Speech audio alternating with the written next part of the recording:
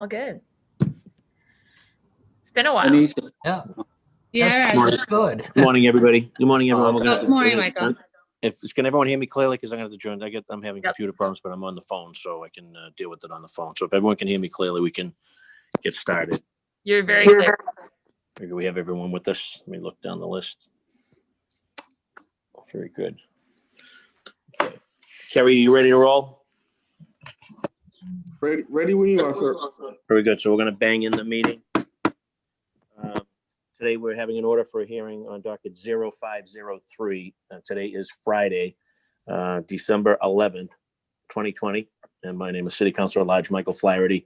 I'm the Vice Chair of the Boston City Council Committee on Public Safety and Criminal Justice, and standing in on behalf of our colleague, City Councilor Andrea Campbell, who is the Chair. And we are here today to discuss docket 0503, order for hearing regarding access to wellness programs for first responders. This matter was sponsored by our colleague, City Councilor at Large, Anissa Asabi-George, was referred to the committee on March the 6th, 2020. Today's virtual hearing is being held in accordance with Governor Baker's March 12th, 2020 executive order, modifying certain requirements of the open meeting law and relieving public bodies of certain requirements, including the requirement that public bodies conduct its meetings in a public place that is open and physically accessible to the public. The City Council will be conducting this hearing virtually via Zoom. This enables the City Council to carry out its responsibilities while adhering to public health accommodations and ensuring public access to its deliberations through adequate alternative means. The public may watch this meeting live stream at www.boston.gov/city-council-TV. It will also be rebroadcast at a later date on Comcast 8, RCN 82, Verizon 964. It is also currently being streamed at boston.gov/city-council-TV. We will take public testimony at the end of the hearing. So if you are interested in testifying, please email ron.cobb, that's COBB, at boston.gov for the Zoom link. You should also follow along on live stream, and we will announce when it's your turn to testify and then admit you from the waiting room. Please ensure your name on the Zoom reflects the name that you have signed up to testify under.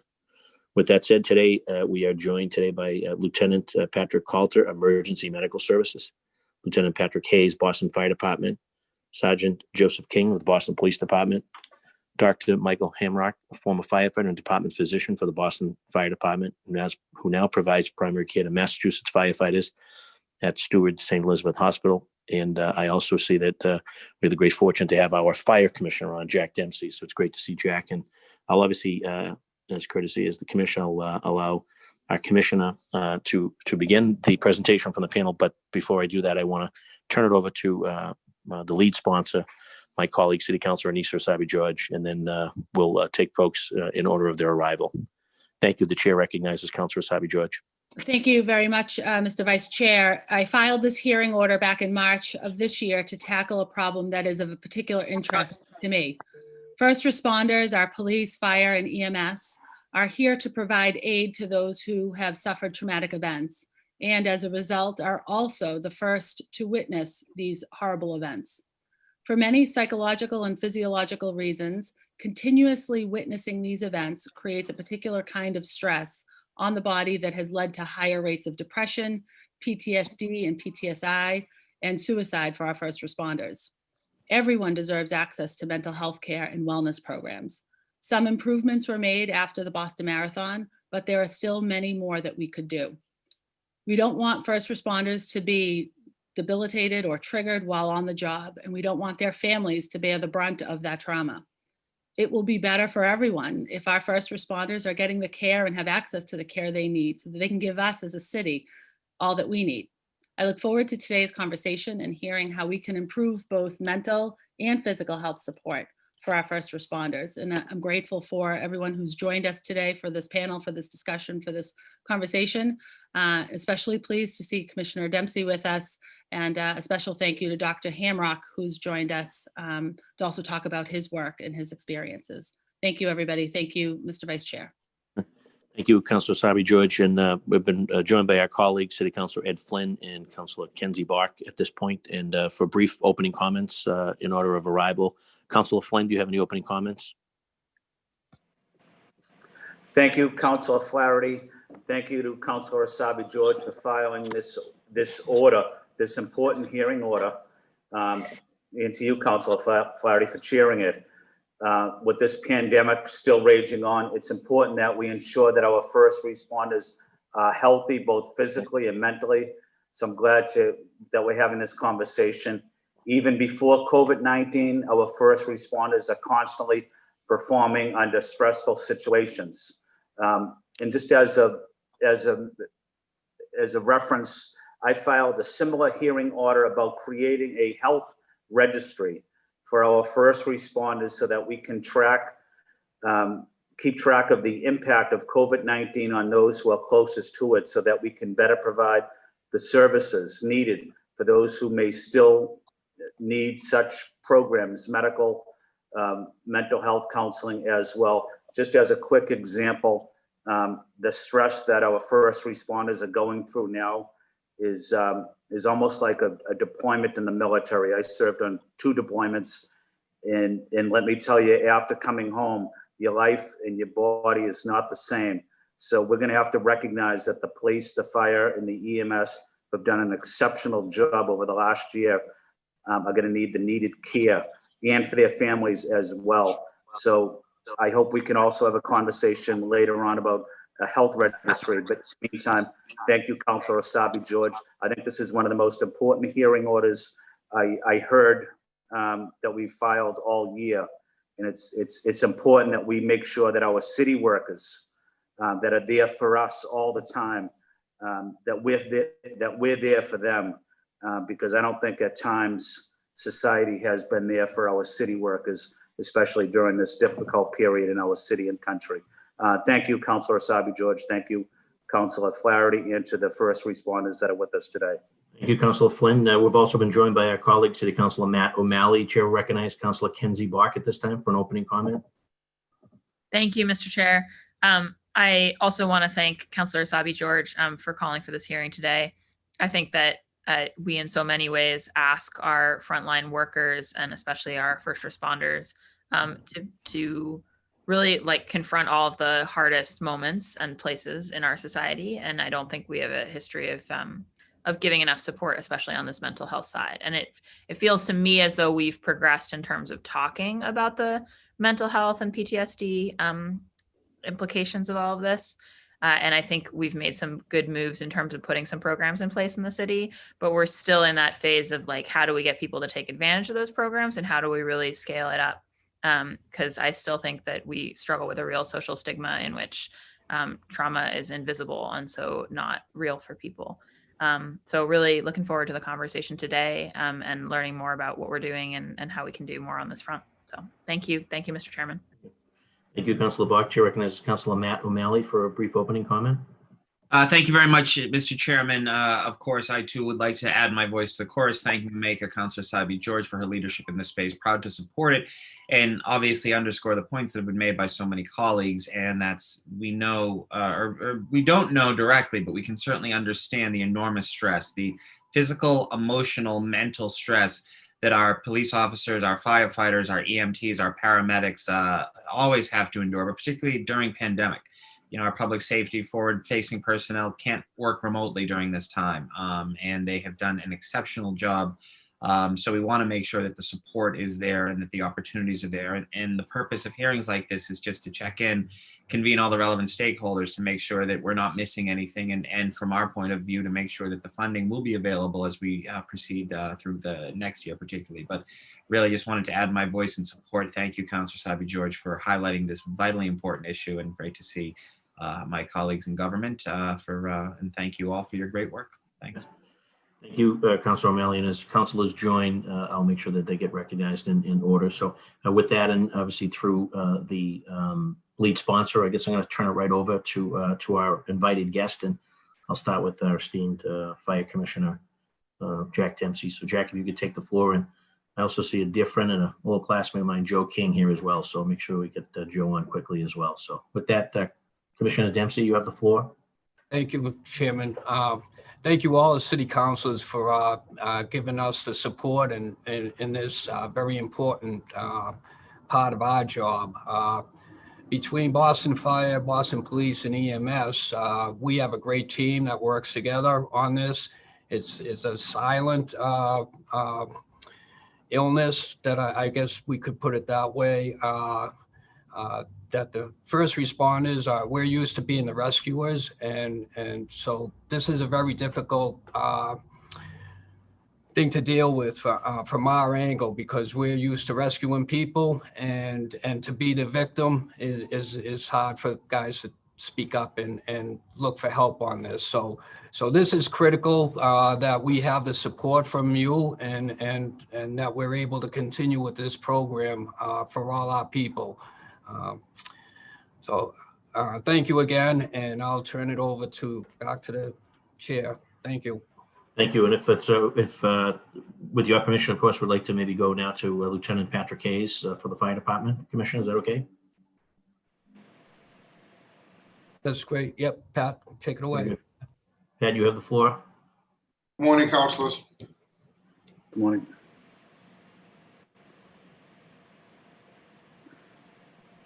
Do you have a question for me, or you want me to just Well, describe? I didn't know if you had an opening statement, or if you anything from your perspective. Obviously, you're in your position as a lieutenant in the fire department, and some of the things that you see on a regular basis, I think would be helpful for us as a council. I mean, the fire department, the police department, and EMS, our first responders have always enjoyed a great relationship with the Boston City Council. You're out there on a day-to-day basis. We see you out there. You're our neighbors. You're our coaches. You're at the local charity events and volunteering, and so it's like a big family relationship here. So we appreciate and respect the work that you do. But in your, I guess, in your formal position at the fire department, you see things that I think we need to know and learn about, and find ways to better service you as your council is. Well, fortunately, we have a great commissioner, a great command staff, and a great local 718. They've always been pursuing and advocating for mental health and substance abuse treatment and physical fitness in the firehouses. So in the past year, we've trained another 50 members in a peer support program, and I believe the number is up to about 74 CISM peer support trainees, so it's about 2 per firehouse.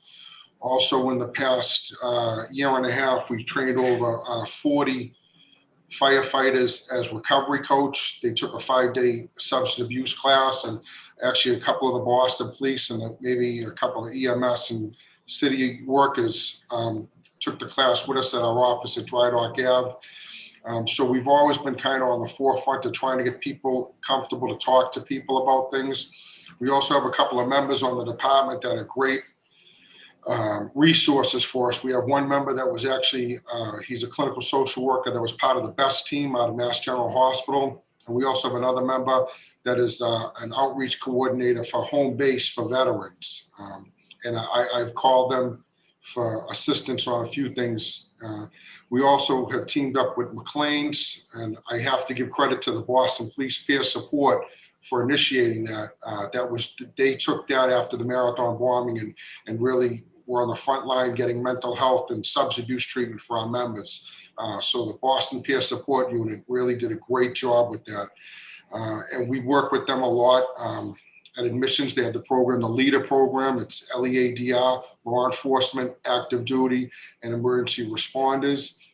They could do a 2-week inpatient program there, or they can do an IOP, an intensive outpatient. So we have a lot of resources that are available, and our members are pretty open to it, because a lot of them are veterans, like Councilor Flynn was saying, and talking about stress is becoming more of a workplace normal. It used to be that you didn't talk about that stuff, but now members are discussing a little more, and it's a good thing. It's an open conversation. Also, we've had to stop the live EMS training that we've been doing because of the COVID restrictions. But during that training, it's a 6 to 8 week training where they bring all the companies into the city for a training block. And usually once a year, they'll have me and a couple of people from the peer support and the CISM team talk to the members for 15 to 20 minutes before the class to give contact information on who to reach out to, who in their district, who in their firehouses. If they're uncomfortable coming to the EAP, they can talk to another member at the firehouse. And we can make accommodation for people that way also. So we've always been pretty good with it so far. And I think we just got to stay on track with it and stay on top of it. Good. Thank you, Lieutenant. Then we're going to stay with the fire and go to Dr. Michael Hamrock, and I think who's beloved among the members and their families, largely driven by a lot of the early detection work that he's done as a physician. And also, I think some of the changes around the health and well-being have been a direct result of what he was saying as the physician in not just for the Boston Fire Department, but for firefighters across the Commonwealth. So without further ado, I just want to welcome Dr. Michael Hamrock to the panel to offer any comments that he may have at this time.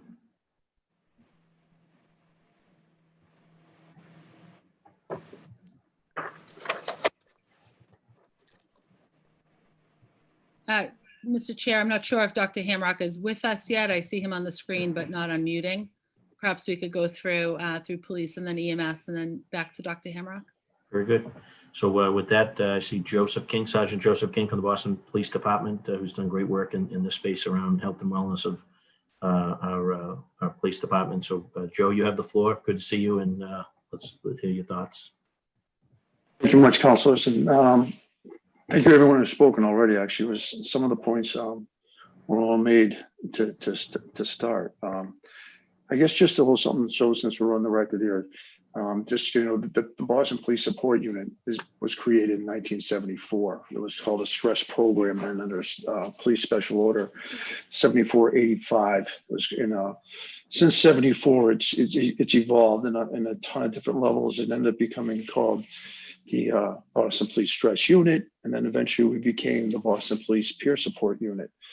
And a lot of that evolution came from a ton of assistance we had from Dr. Hayden Duggan and his crew out there at the Gardner Group that the police department has a contract with, which they provide a ton of assistance and services and counseling and therapy for our officers.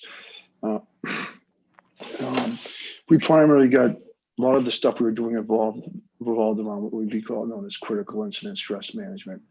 And for us, it would be the typical stuff that the public thinks of, police shootings, death of a partner, mass casualty incidences, i.e. the marathon bombing, and then the usual calls that, police, fire, and EMS are dealing with all the time, which involve children and families and a lot of intense scenes that I don't need to go into detail in this meeting about.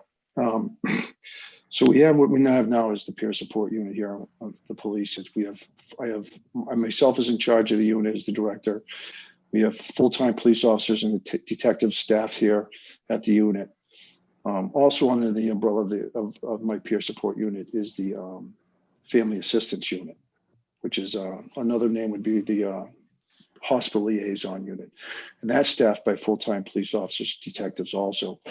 And what they're doing is assisting. We have a regular, I'd say a couple times a day, it seems like, at least, depending on the week, injured officers on a regular basis, mostly minor stuff, trip and falls, injuries occurring during arrest, motor vehicle accidents, things of that nature that are common stuff that happen on a regular basis. And then obviously up to the more intense, high profile stuff that people unfortunately hear about. So the family assistance officers are important in assisting the officers getting through the hospital system, assisting their families, getting through the hospital system. They also assist officers with retirement issues and also funeral arrangements for fallen officers or officers that have retired in the past, or active duty officers have retired. We also have what's a volunteer team, which is widespread throughout the city, called the Critical Incident Stress Team. And that team is made up of volunteer officers that are in all the districts, specialized units and such. And they're out there kind of being the eyes and ears for us of the peer support unit. We have monthly meetings with this team. We have training with this team. The team is a certified member of the International Critical Incident Stress Foundation, as well as a member of the Massachusetts State Peer Support Network. All the officers are trained in basic critical incident stress management, usually based on the Mitchell model by Dr. Mitchell. And we're supervised, the training and the certification is also supervised by Dr. Duggan to make sure we're in compliance and up to date and all the latest techniques. The officers assigned to the peer support unit here with me I have the basic and the advanced training, as well as I have 2 officers that are licensed alcohol drug counselors, which is a huge benefit, that are working here full time. So, and those are our full-time officers. Just to be clear, the unit is a highly confidential unit. We don't keep records. We're not fit for duty. We're not doing evaluations to determine if somebody should be at work, not at work. The department has other resources that dictate that. And we're not connected to the drug testing or internal affairs or disciplinary issues or anything of that nature. We're here basically to support exactly what the name says, be a peer support unit and support our officers. Couple of just things when I was briefing yesterday, and then the bullet notes I had sent out prior to the meeting. Most people know, especially the people I think here on this panel, obviously understand what's going on in the daily life. And when the police officers, when I say officers, a lot of these things are going to also cross over in about 100 different levels to fire and EMS. But I can only speak to my portion of this. Right now, I think there was a great point that was brought up earlier, that we are members of the community. We have been members of the community, most of us lifelong members of the community. We come from the community, we still live in it. Most of us spend more time out in the community than we actually do in our own homes. That's been the breakdown of it when I look back. And just like anyone else in the community, we have families. I think people forget we have spouses, maybe elderly parents, children, all with different various issues that everyone else is going through, whether it be bills, school choices, illnesses, all that, marital issues, all that stuff. And I say that because I think lots of times what happens, and what I see happening, especially with police, is people see an outside, they see a blue uniform, they see the police, and they forget that, these are people that actually are going home, paying taxes, paying bills, having spouses, having issues, everything that goes on with everybody else in society. Everybody knows the job. They're familiar with it here. We see what we're doing out here all the time. It's, the usual stuff, domestic violence, motor vehicle stops, lost kids, landlord-tenant disputes, all the normal. And those calls come in by the hundreds, thousands throughout the year. And then you have the stuff we have, the usual high-profile stuff that everyone likes to talk about, the shootings, the firearms, the homicide rate, which is, it's gone through the roof. And officers actually, most importantly, I think, and which we've learned in peer support, is what officers will always talk about the last is themselves. They'll be the last ones to tell you about them being assaulted, them being hurt, them being the victim of a crime. They won't bring that up. They won't talk about it. But, prepping for this meeting, I took a look and I realized that since 2013, we've had 8 Boston police officers shot in the line of duty. Since that's 1 per year, if you count 2013 and include 2020, shot, not shot at, but shot, hurt, and probably retiring because of their wounds. That doesn't count the amount of times officers have been shot at, threatened with firearms, and it also doesn't count the marathon bombing and the officers that took shrapnel with that. I bring that up not to be dramatic. I just bring it up because it's a backdrop and an ever-present reality of a police officer and their state of mind. And we're talking about officer wellness. I think the biggest thing with officer wellness, and the doctor will be able to get into a lot of it too, with issues of adrenal fatigue and things of that nature, and the stress response that's a major part of the physiology of any human being is so hyper exasperated in the life of first responders. And like I said, and obviously but the thing with police officers is the issue of we just respond to calls. We're expected to be proactive. We're out there initiating a lot of our work, which is part of community policing. We're not there to respond. We're there to be out and be proactive, and be in the community. And with that brings a lot of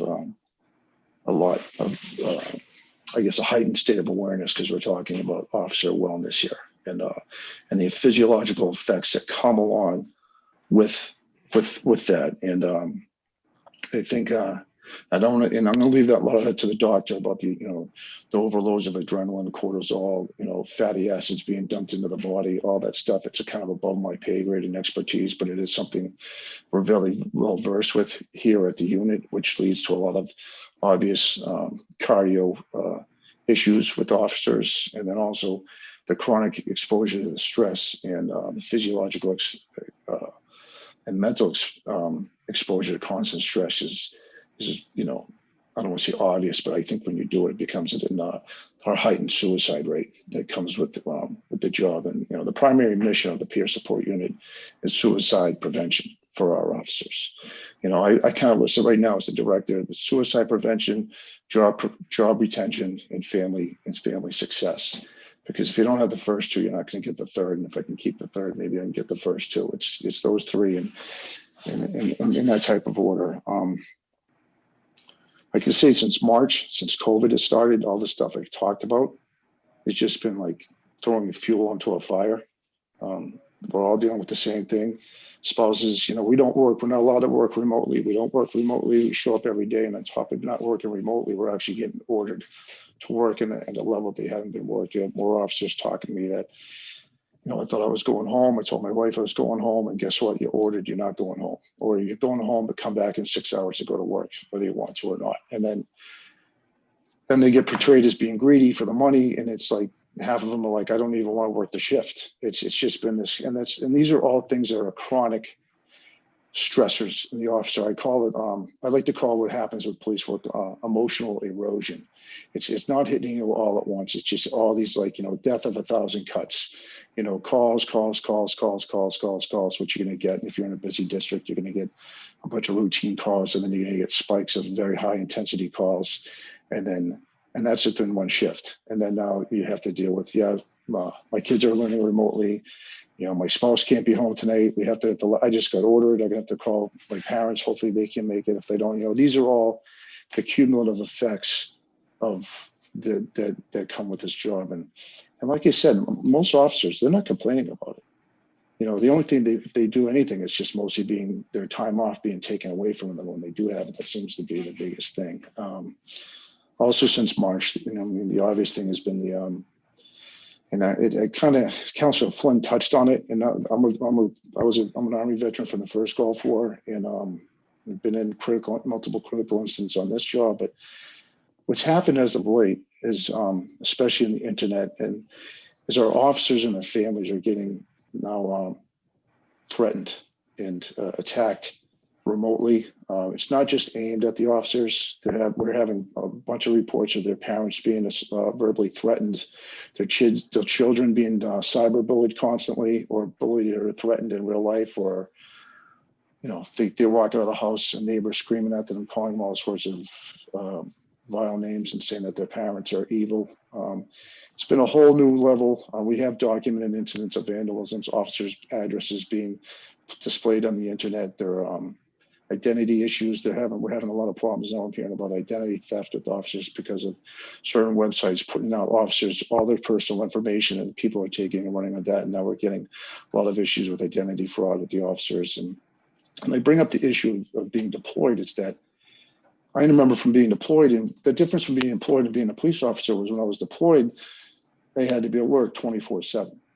There was no safe spot.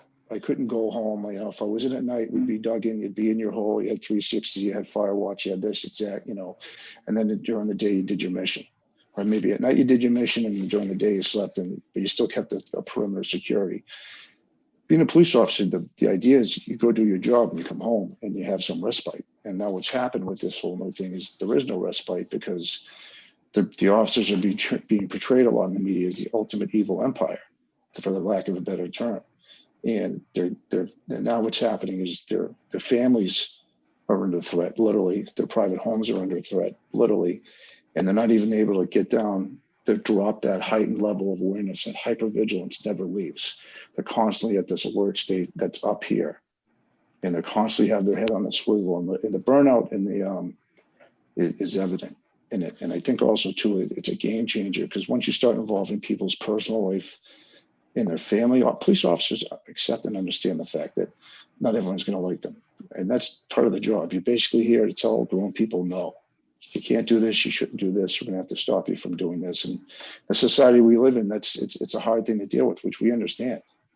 You know, and we handle it professionally. We've been called names, we've had racial epithets thrown at us, we've had all sorts of things done. But what's happened now is it's gone to a level where our families are being assaulted and threatened. And that's, for a lot of these officers, that's where the line's getting across, and that's where they're having a lot of issues, even questioning whether they should even be doing this job, to be quite frank. Because there's that line. That's the line that did it, and for a lot of them. And like I said, the physiological effects, and you know, which we've known about in the peer support unit, thanks to Dr. Hayden, and Dr. Hayden's been singing the praises of Dr. Hammerrock's work. It just seems to dovetail so much together, all the stuff we've been dealing with that I know, my experience in peer support for 20 years. You know, just the overload, the constant stress response, the constant alertness. The burnout rate is severe. So, I mean, not to paint a grim picture, I'm not trying to. I'm just basically saying what's going on right now. The officers get on this job, they want to be police officers. They go through 6 months of the academy, of intense training, and they stick around because they want to do it. I counsel a ton of young officers. I call them the prime ones, the ones you want to get there, you know, between 25, 35 years old. They get 7 to, a couple of years to 10 years of experience on. They're very proactive. They're very intelligent. A lot of our officers are, thanks to Quinville, are highly educated, and they're insightful, and they're motivated, and they're proactive, and they're in the old term way. I look at it as an old guy. I'm the old guy now with them. I'm like, they're good cops. They're real good cops. Yeah, but they're also at the point like half the time they're sitting there talking to me, going, "Why am I even doing this anymore?" And it's just due to more than anything, the feeling of no support. And I'm not saying that as an accusation. I'm just saying that this is where it is, because with the department, I believe, and especially with the commission we have now, and the past couple of commissioners, we've been ahead of the curve. And I'm not saying to blow our own horn on peer support for years. The doctor we have has been ahead of it. He's debriefed people. Hayden's done people from both World Trades to Ruby Ridge to Waco to Oklahoma City. It's just a wealth of experience we have. The past directors we have here have been phenomenal. I have big shoes to fill. It's really how I feel. And it's just a different time right now. The officers are feeling it. But we do have, just so we know, I guess the up end, we do have the unit. We're still doing a ton of confidential. We're still doing a ton of one-on-ones. The grant that we got, that the city council approved for us earlier this year that I testified at, is already paying dividends. We were able to, like the fire, we trained 50 guys and women in basics, critical incident stress management. We've increased our hours for the counselors to be able to come in and have one-on-ones and do wellness checks with the officers, and increased our residential hours that we get up at the on-site academy. We have the leader. I've been able to establish a really good rapport with the vet center and have a good contact with them down in Black Falcon, which I believe is probably one of the best programs there are for veterans. But the thing is, like I say, I think the whole concept is to dovetail all these services together as much as possible, have them working hand in hand with each other, because there's so many things that go together. So thank you. I have a bunch more, but I'm going to reserve, just give up the time at this point. I appreciate your patience and listening. No, I appreciate the heartfelt response, Joe. Obviously, we've known each other over 35 years, so you have firsthand lived experience serving our country and serving our city, and your commitment. First of all, your proof that the wellness program works, but also your commitment on part of the peer support, as well as the critical stress management on behalf of the men and women of your department and as other departments. I'm very proud of you, Joe. Really am, and I wish you continued success in this program. This is a great role for you, and you're doing great work on behalf of the department in our city. So with that, I'm going to turn it over to EMS briefly. I know that Dr. Hammock has also joined us as well. We're going to go to him last on the panel, but if Patrick Halter could just introduce yourself, and you have the floor. Counselors, thank you for having us. It's almost hard to believe it or not, that we're here talking about this topic, and it's a testament to your commitment to supporting those of us, and including yourselves, who serve this city, residents and visitors. And Massachusetts, historically, is the home of peer support, and Boston has often been the units that are pushing the envelope. Not to toot our own horns, but most of our programs have been around since the 70s and 80s. Back when, even still today, it's still stigmatized, but we're getting better. And part of why we're getting better is culturally the generational differences that are coming in the doors that we're committed to hiring. And they're not as apprehensive to talk about things that generationally you may not be comfortable doing. So having a program in place that serves all of the backgrounds of an agency is important, but also a commitment to saying, and I challenge every recruit in the first week of the academy when we see them, if you treat trauma, mental health, and the things that you're going to see like you would a physical injury that you can visibly see, if you commit to doing that, you can walk out the door in 32 years of a healthy career the same way or better than you walked in. Now, it's a lofty goal. It is a very, very lofty goal. And it's something, and it's the benchmark that I strive for. And I'm, if you're busy putting out the shed fire and you don't realize the house is smoldering, it's very easy to lose track of what you're trying to do, which is not only prevention, but resilience.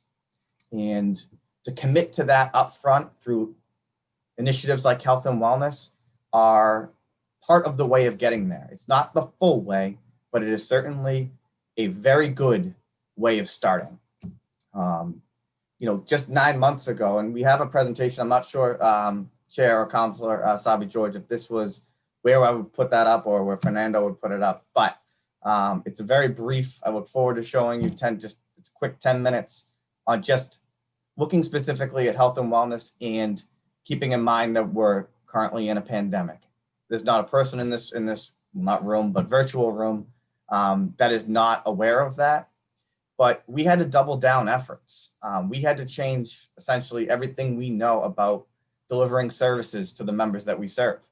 And that was kind of calling an audible. We had to quickly shift and pivot towards delivering service virtually to an extent. So it's a testament to you folks that we're here talking about this important topic.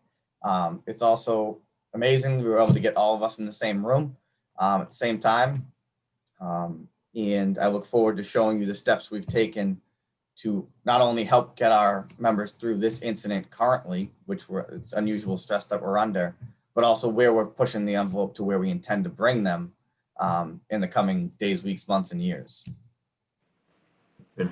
Thank you very much. And we're also joined by Dr. Michael Hamrock, and I had introduced him earlier as someone that the fire department, particularly our Boston Fire Department and their families really have a great deal of respect and indebted to, and his efforts, particularly with early detection around heart and lung and cancer issues that arguably has probably led to sort of a recommitting ourselves and a refocus on wellness for the fire department. So without further ado, just want to introduce Dr. Michael Hamrock, if he could give opening comments.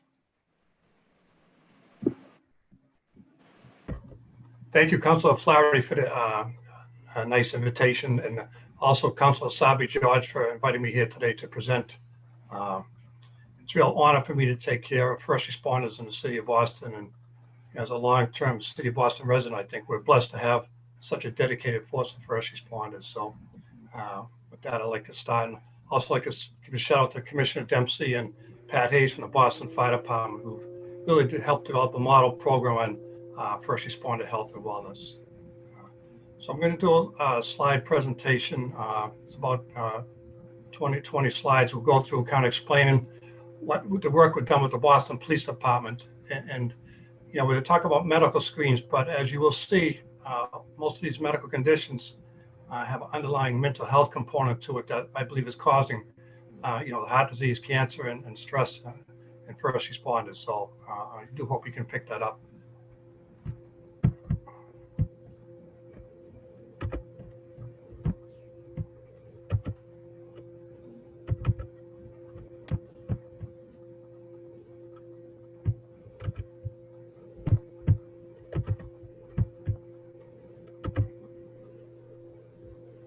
Everyone can see that okay? Yes. Okay, That's thank you. everything, Doctor. So we're going to talk about promoting culture, health, and safety and fitness for Boston Police EMS. As I said before, the fire department's 5 years ahead of us in this matter. We screened 402 Boston police officers, EMS members for occupation-related heart disease and cancer, and found a lot of significant diseases. I'm glad we get these screenings done, but my ultimate goal is to actually prevent these illnesses from happening in the first place. And that's where we really need to focus on health and wellness of all first responders. Really thinking about them as tactical athletes to eat, train, and sleep like an athlete. Most athletes retire in their 30s. First responders have to stick around until their 60s, still doing the same job that's beating them up tremendously. It's going to focus on mental health and physical wellness, peak performance, longevity after retire. I know there's about 80 Boston police officers retiring this month. Unfortunately, statistics do show that 50% of them will not be alive in 5 years because of the stress of the job over the years. So we really got to prevent that from happening. Cost savings to the taxpayers. You know, I'd rather spend my tax money in Boston on health and wellness programs for prevention purposes than what we're spending millions of dollars in treating these diseases and overtime costs. And I think we should all agree with that. I'm showing you here 7 pictures of Boston police officers, active duty members who passed away from job-related conditions in 2018. And this is what kind of spurred what actually pushed Boston Police Detectives Benevolent Society for coming to St. Elizabeth's and asking for help in preventing further police officer deaths. And to their credit, they've worked tirelessly to make sure this program has been up and operational, and it's been a huge success. The officer up in the left-hand corner, Joe Lamusio, has happened to be a good friend of mine, and I can tell you his family is still suffering after his loss 2 years ago.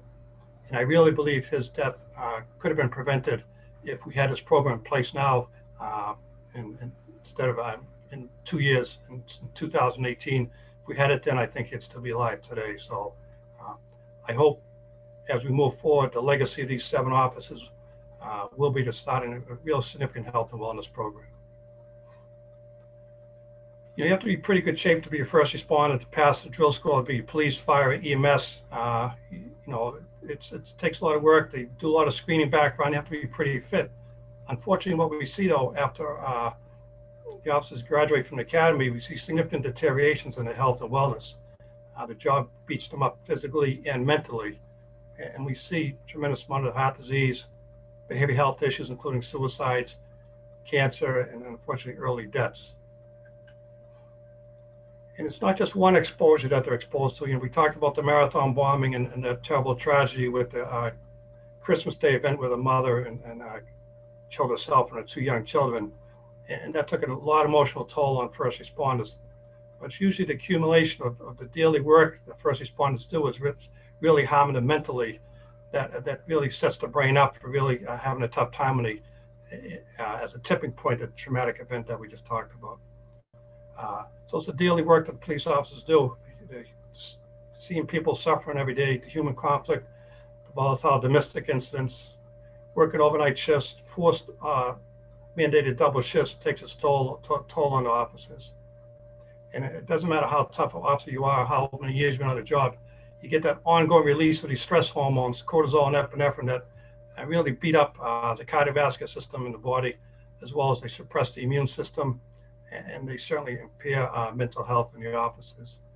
So this is the daily grind that's really taking its toll on officers and the first responders.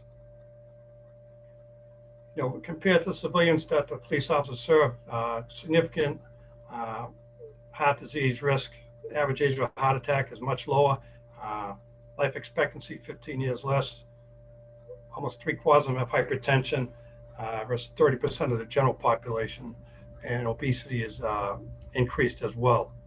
We also see police officers at high risk for certain cancers that are listed here as well.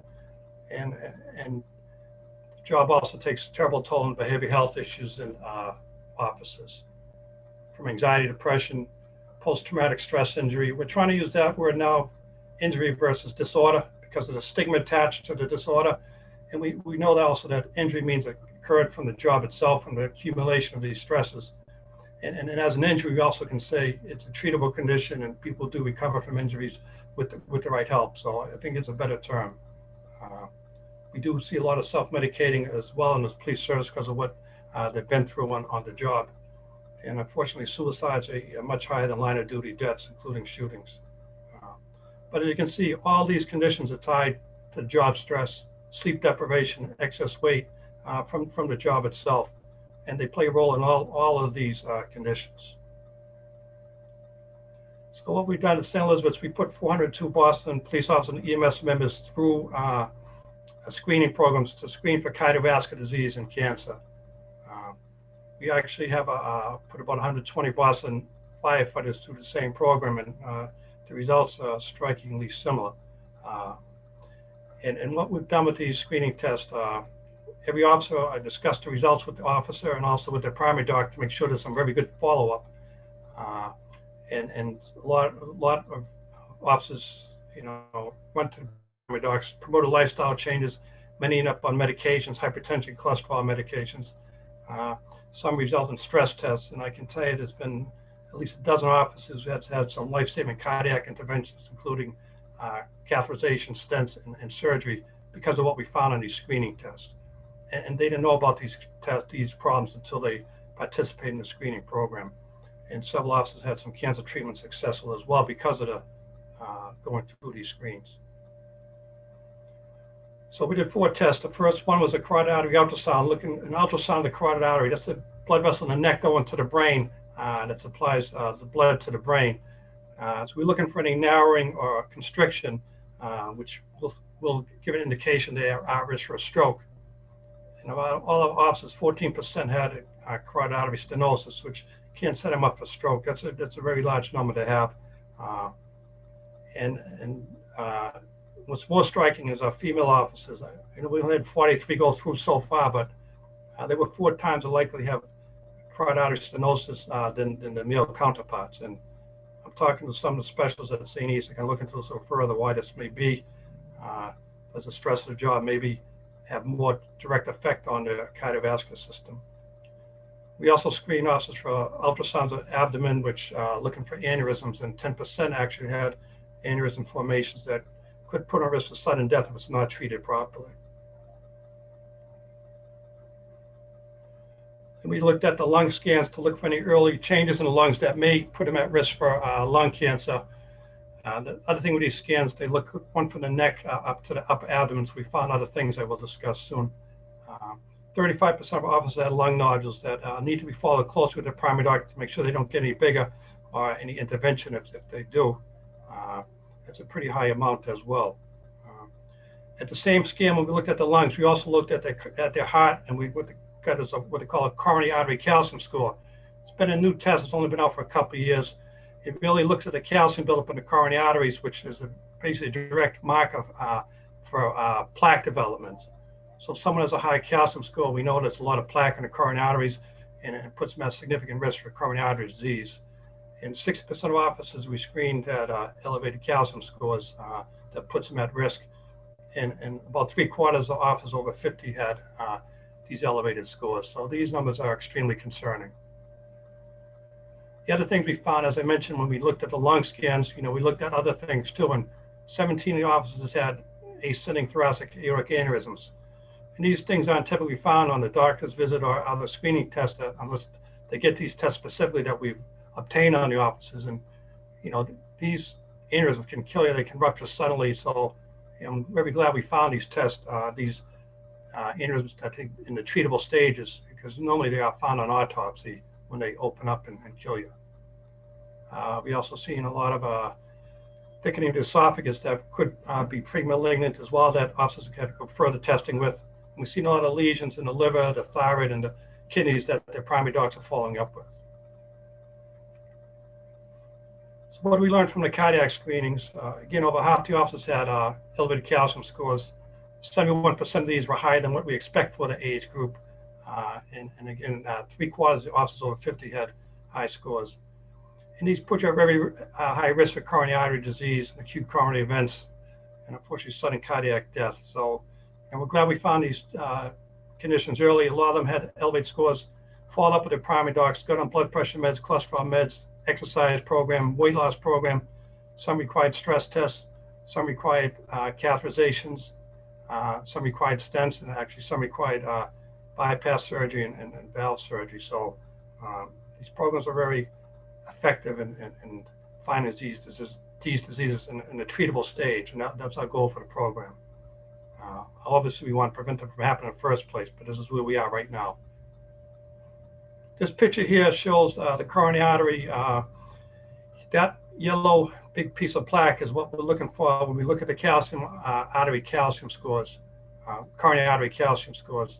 So the more damage is done to that coronary artery, the risk factors including hypertension, diabetes, high cholesterol, job stress as a police officer, excess weight, they all damage the inner lining of that coronary artery. That leads to scab formation, it leads to white cells come in, the platelets, and calcium comes in there, and then the plaque forms. And this is what we see, and that's what we measure on these scans. The problem with this plaque is, if you're doing, police work or fire work in challenging situations, that plaque can rupture and cause complete blockage of that coronary artery and lead to a coronary infarction or sudden death. So I'm glad we picked up these narrowings and these plaques, but again, my goal is to prevent it from happening in the first place. So what do we learn from our vascular screenings? Again, carotid artery disease 2 times than what we see in the general population, what we see in our Boston police officers. And as I mentioned earlier, about 4 times in the female officers compared to the males who were high enough to begin with. This is kind of striking. And 2 times in expected rate of abdominal aortic aneurysms as well. Lung screenings, again, we had more high expected lung nodules than we'd like to see in these offices. They will need ongoing surveillance with their primary docs for lung cancer prevention. One good thing about it is once they had these scans done, their insurance company will pay for the follow-up because they have a diagnosis now of a lung nodule. So we don't have to get further grants for those offices. I think the police need to think about particularly working fire details, particularly when you're downwind from the fire, but really wearing protective masks because it is a source of exposure from the smoke, from the toxic smoke from the fire ground. So I spoke to 402 officers and EMS members after each of these scans was done, and a very common conversation that they talked to me about is almost straight across the board. Stress and sleep disorders they're suffering from, poor eating habits, behavioral health concerns, limited exercise and excess weight gain. They were working extra shifts, forced extra shifts. They weren't working out properly, they eating crappy food, and it's just set up for disaster. And a lot of them don't even go to physicals because they're doing double shifts and they're missing an opportunity to get screened properly. But all of them who've been through the program really felt they were great motivating factors for better self-care and lifestyle changes. And I could tell an officer your blood pressure is 140/90, they're probably not going to care much about it. But if I tell an officer you have a calcium score of 400, you're going to think differently about your life and hopefully get back to your primary doctor and do some lifestyle changes. So my recommendations from this program, we should really consider screening officers with 15 plus years of service, starting probably at age 40 for these scans is when we're really starting to find these diseases. The city of Boston should really negotiate with their insurance companies to provide coverage. I think the city of Boston budget for insurance is like $390 million. You would think we could, have a little bit extra for our first responders to cover for these tests that to me are very necessary to save lives and save us actually more money in the long run. And I believe we also have a healthcare day set aside for the officers to get these screens done, as well as a comprehensive physical exam that we give to primary docs. We have a special form for police and fire that really helps identify the diseases early. And I think we need to dedicate a full day for officers, each officer to go through this program. I know the city of Boston actually has a half-day screening covered for cancer for all city employees. I think we should do the same thing for cardiovascular disease, make it a full day of screening. So prevention is really the real mission. It's great we're finding these tests and hopefully saving lives. But ideally, we need to prevent these illnesses from happening in the first place. And I think we need a dedicated health, safety, wellness division for the police, just as the fire department does now, and really focus on these conditions and prevention purposes. Really promoting the tactical athlete mindset in our first responders, and work with the O2X department, the O2X program that the fire department has done. And to me, it's been very successful in changing the culture of the fire service into a much healthier and fit service. And I think that is the way to go. And I'm hoping to get some more studies on our female officers to see why they have such a high rate of stenosis of the carotid arteries. So part of the role of the Safety, Health, and Wellness Unit really should be directing and leading the mission to optimize the mental and physical health of the officers. That's really educating the force about their unique risk for mental and physical illnesses, whether it be at the academy, at the police stations, and through videos and media venues. Collaborate with the O2X program. You know, the fire department's been very good about getting grants to cover some of their programs. They just got a $750,000 FEMA grant for cancer prevention, and it's going to be a very effective program. And also, we want to monitor the program's effectiveness as the taxpayers are paying for these programs to see the reductions in injuries, illnesses, and sick time. And we talk about prehab. You know, I'd rather prevent a cardiac disease from happening than to treat it afterwards. And that should be the whole idea about this program, is preventing these diseases from happening in the first place. Promoting better self-care, healthy nutrition, get back to your ideal weight, help them with sleep. And as I mentioned, that dedicated healthcare day for the first responders. You know, the big topic today is talking about, you know, mental health management. And I think it's all tied together, the physical conditions and illnesses we see in first responders. A lot of it is tied to the mental health component. And I know the fire department has done a good job with peer support.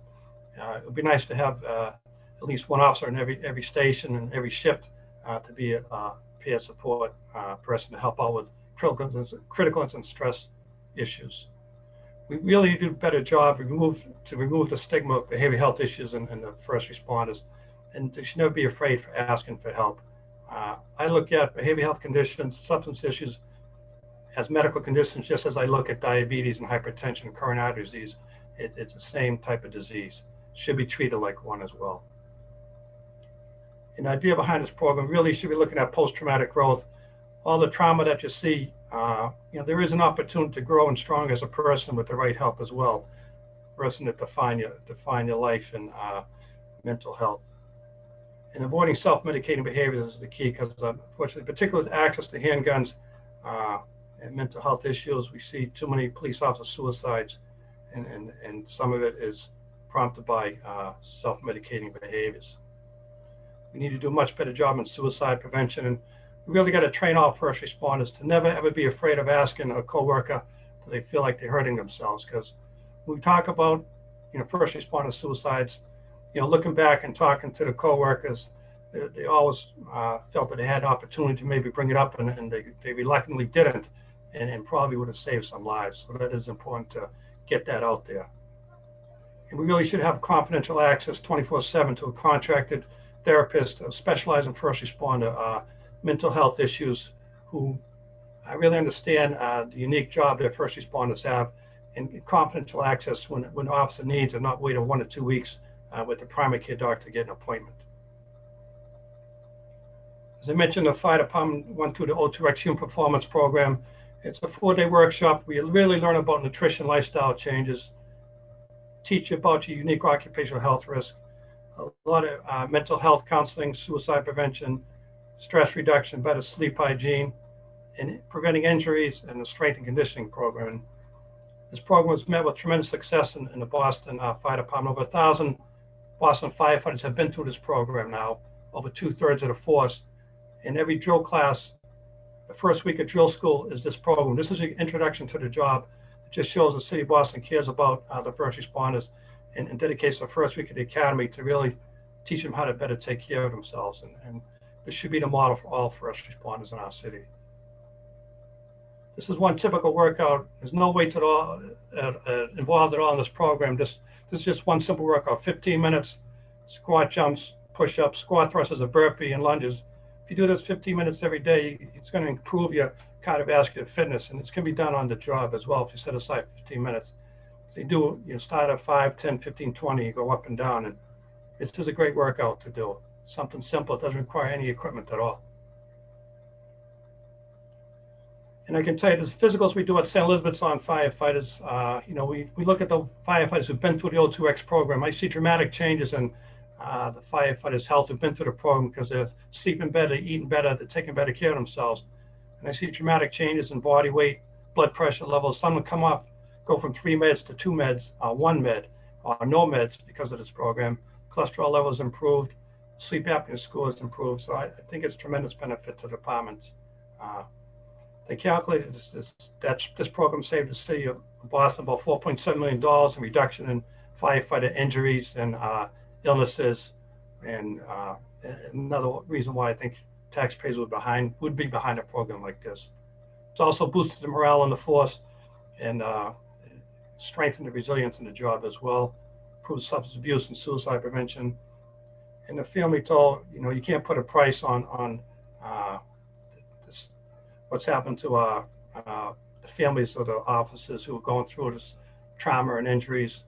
As I mentioned the picture of Joe Lamusio earlier, his family's still suffering 2 years ago from his death, and I believe this program would help prevent things like that from happening. So in summary, this is the police officer lot at Mount Hope Cemetery and Wackill Street in Mattapan. This is a great place to visit, but police officers should not be in here, residing here in the 40s and 50s and 60s. So I do hope by adopting a model program like this and the legacy of those 7 officers who died from heart disease, cancer, and suicides, that we can really develop a health, safety, wellness program for all first responders so they don't end up in this site prematurely. Again, thank you for your time. I appreciate you having me on board. Thank you very much, Doctor. And before I turn it over to the lead sponsor to start the line of questions, I just had one question, I guess, for the whole panel, which is how do we incentivize all of this for the men and women of all of our first responders to encourage them to utilize these programs? I assume that, as referenced earlier, some folks are not sort of running right in with whether it's symptoms, whether it's physical or mental.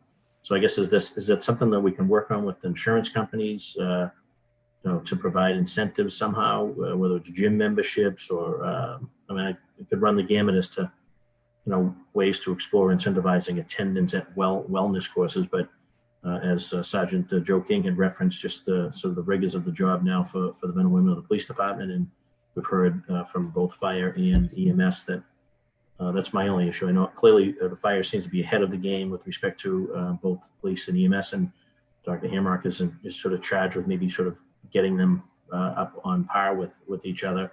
But that said, how do we continue to, there's more members than we're analyzing or we're getting in for examination, and can we and could we do more on that front? And other than that, if anyone has an answer for that, and we'll turn it right over to the lead sponsor, Councilor Asabi George, to start the line of inquiry.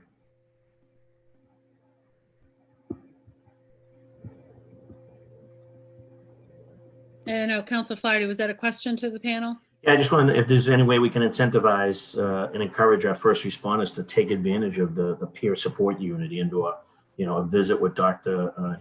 Hamrock, or follow through on some of the things that we saw on the slide. It's I don't know if do we drag people there kicking and screaming? Do they come in voluntarily, or can we incentivize it so that everyone has an opportunity to kind of run through this wellness program?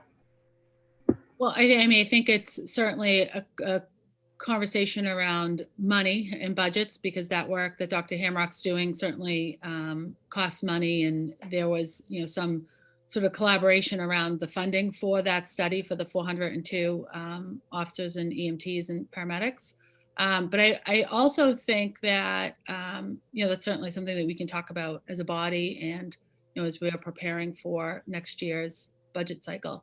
I do think that Pat Coulter from EMS, he's pulled together, and I know he'd like to share a presentation on some of the work that they've been doing over at Boston EMS to really engage members in physical physical wellness for sure, and engage members in some of the mental health support. So maybe Pat could do his presentation, and then we can get to questions. Sure, Pat, do you have access, or Carrie, can you give Patrick Coulter access to put his material up on the screen?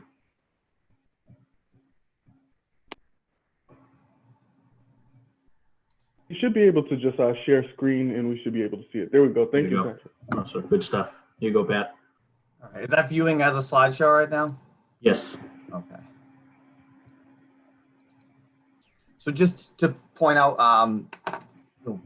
very early on in February, actually, of this pandemic, we realized and identified this incident to be a prolonged incident with potential loss for our members. That's one of our 7 or 11 deadly sins that we look at very, very aggressively in peer support as a high probability of causing detrimental effects to our members.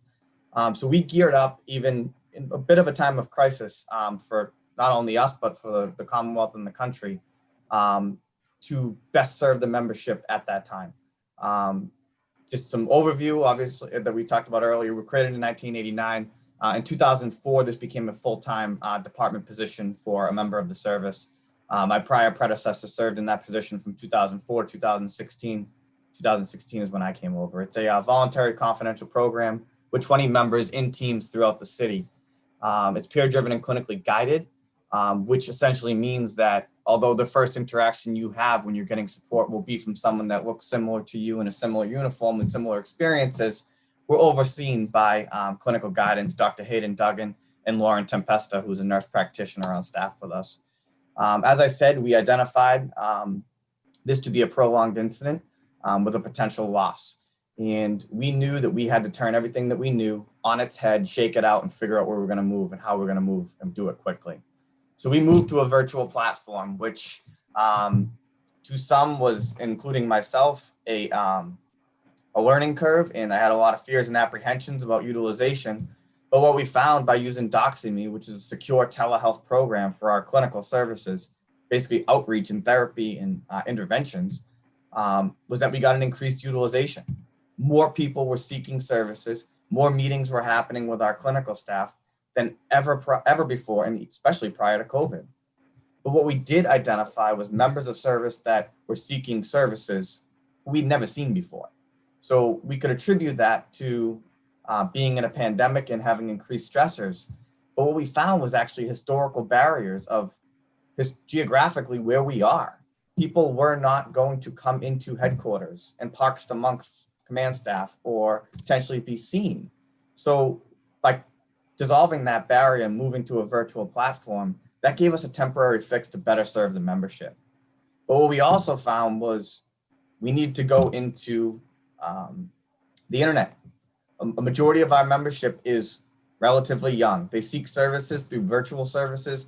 And we created a website for peer support, which another pushing a little bit of our comfort zone. But what we use that for is a clear, concise place to disseminate information, clear information that's been parsed down. The command staff here did a great job of daily updates on personal protective equipment, what we know about the virus, what you can expect from the department to support you. But we found that it was a lot of information that people didn't necessarily read. So we created a clear, concise place, BEMSpeersupport.com, where they could seek services, not only for what we have available to them, but just a pairing of information. Very early on in February, we, although participated in the O2X pilot, we don't currently have O2X here at Boston EMS as a department-wide initiative.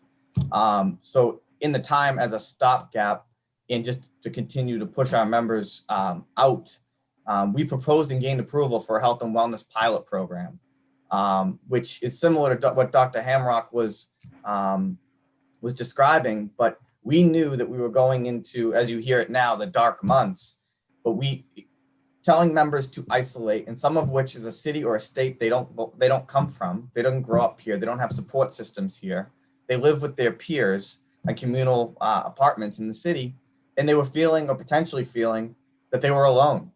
So what we did is we created a community and an environment that they could, am I frozen?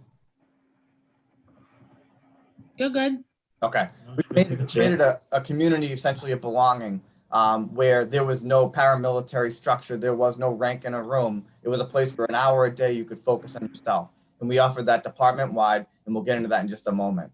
But it's a testament to Chief Hooley and his leadership, as well as the union and the medical director, that they were even willing to hear us out on this in a time when we were looking at certain long months of a pandemic ahead of us. Also, in order to continue member health, our MIS and data department, along with Do It, created and launched the Boston EMS chatbot, which you can see on the right side of your screen.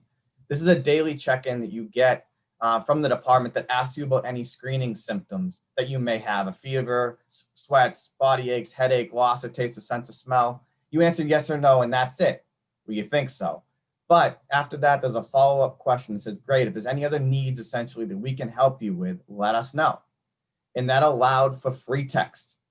And that free text actually came into myself and Lieutenant Savicki and for peer support review to see those of our members that were just struggling or that needed someone to talk to or that were feeling alone or were, had a family member that was sick. Basically, it opened a conversation and created a soft touch point for us to reach out and offer services.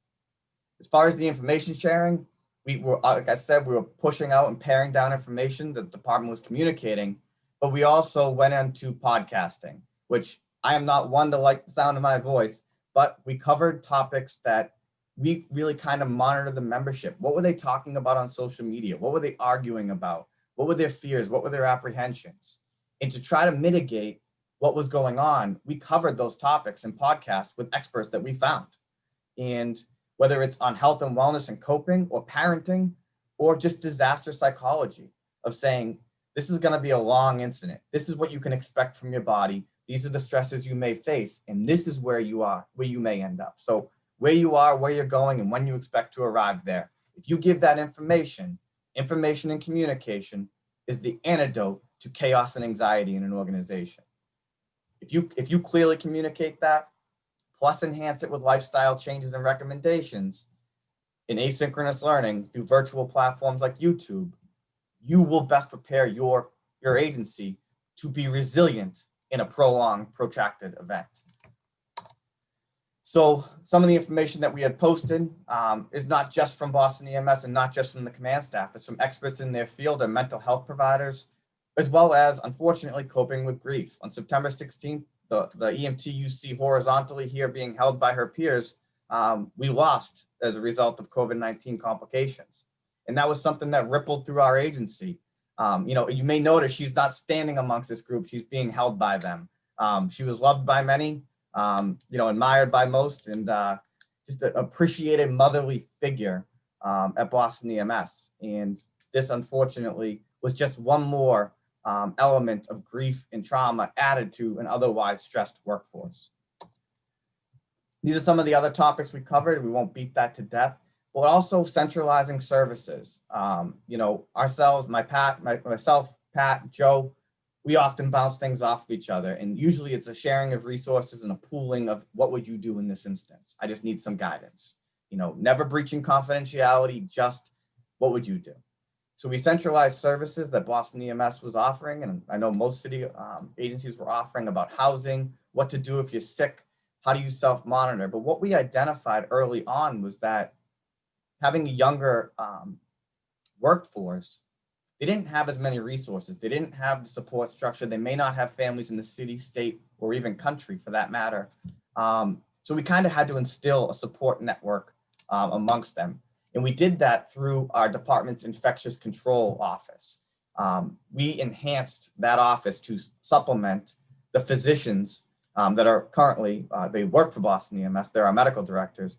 They hired nurses and nurse practitioners to continually track COVID-related exposures, illnesses, symptomatic patients, members, and treat them and guide them to their primary care. But what they noticed very early on is a majority or a lot of our members had no primary care.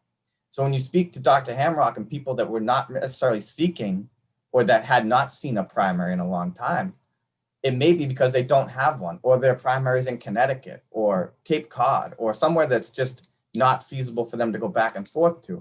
So we knew that we had to early on break down that barrier. So we're working now with a new, a soon to be hired additional nurse. We'll be focusing on touch points such as that, creating a system for them to get into primary care if they don't have one, know what you should be doing when you're 35 years old and 40. If you don't have parents to show you that, you need to learn it from somebody else. There's certain preventative measures that can be taken to best get them out the other end in 32 years, not only alive, but healthy and thriving. So part of this was taking care of those that are sidelined. It's very, very difficult for our membership to not be in the game, to be told, you must stay home. I'm not sick, but you must stay home to protect those that are still active because you've had an exposure. So keeping those folks in the game, having a daily check-in through the chatbot really opened the communication.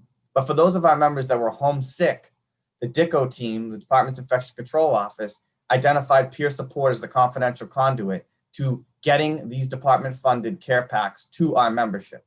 So 51 to date care packages have been delivered. You can see it's mostly comfort food, Tylenol, masks, a thermometer, hand sanitizer, cleaning supplies, things that just help them not have to leave the house. And they be supplemented as needed. So a daily verbal check-in from the DICO staff, an opening of conversation with peer support, just provided a more protective measure for those that are home isolating and potentially feeling a little depressed, feeling out of the game, and if there's something going on, our members want to be there. It doesn't matter what it is, they want to be there and they want to serve the public and they want to take care of the residents and visitors. So what's important to note here is that 2020 has brought on additional stressors to a population of Boston EMS and people of color.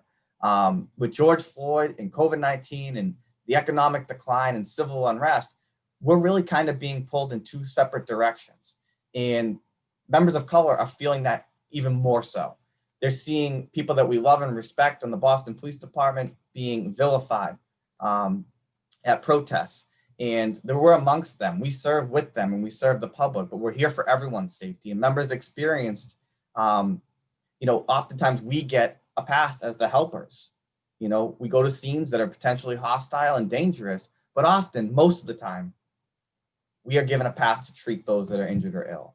And what we're seeing is the opposite currently. We're not being attacked every day, but there is a certain level of uncomfort in a uniform.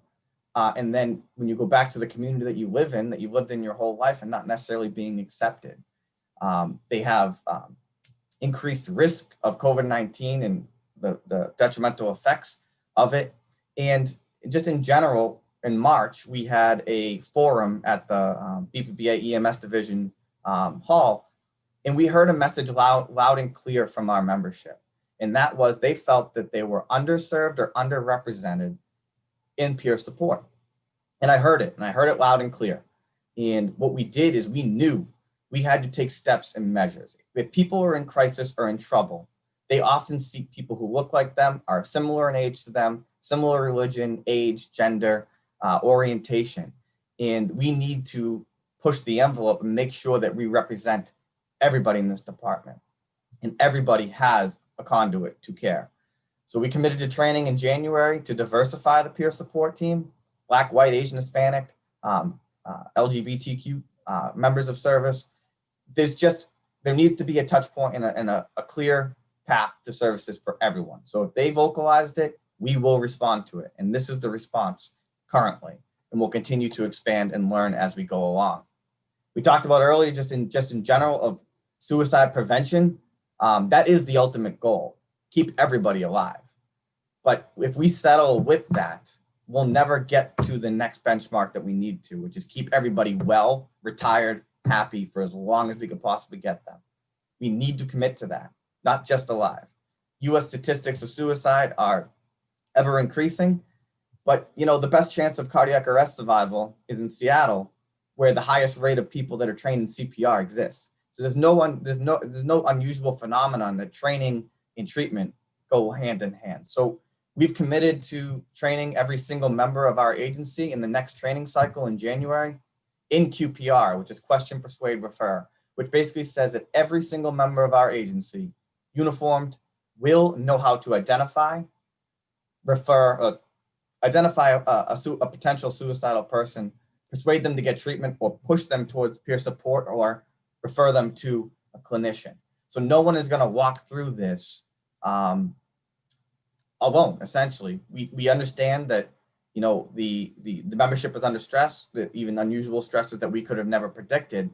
But to have every member and trained in this, not just a subset or a small group of folks, will better help capture anyone that is at risk for completing suicide. So out of all of this and what we've just talked about quickly is the Health and Wellness Pilot Initiative that we proposed in February and gained approval and launched before the beginning of Recruit Class 20-2.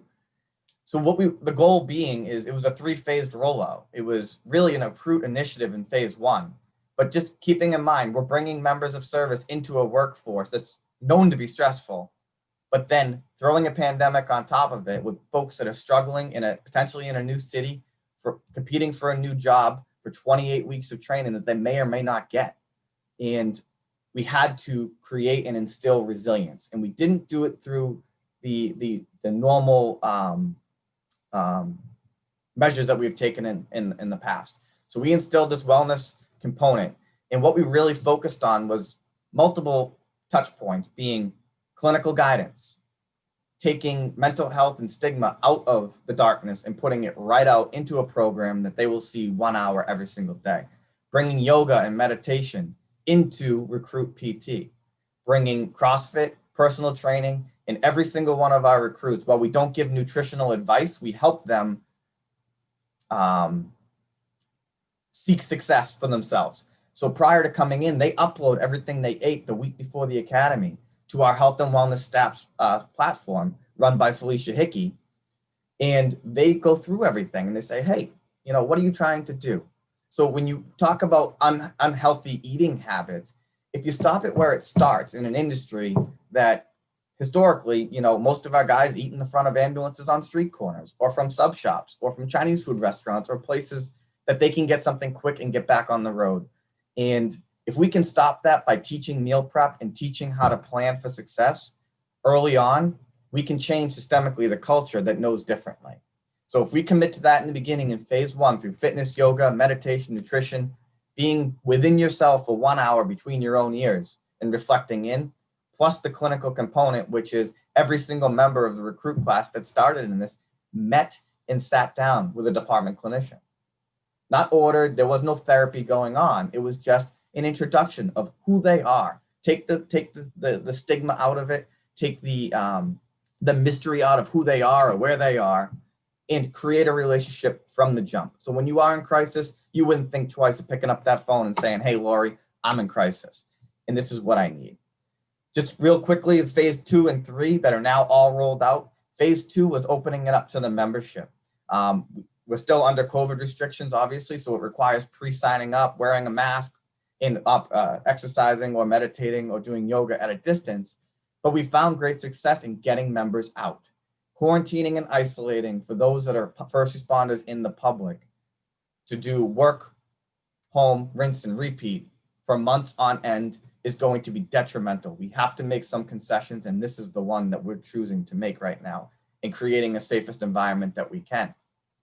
So what we've seen is success. We've now branched out where members of Health and Wellness are doing Zumba, they're doing golf, they're doing yoga, meditation, and they're just basically a community amongst themselves where they are taking care of each other. In phase 2, we created future leaders, recruits teaching deputy superintendents, recruits teaching classes to captains of this department in a equal level playing field. So members of this recruit class that you see are now working as associate instructors in health and wellness and really breaking down the barriers of, if you haven't been here for 15 years, well, you know, I know that deputy, I teach yoga to them.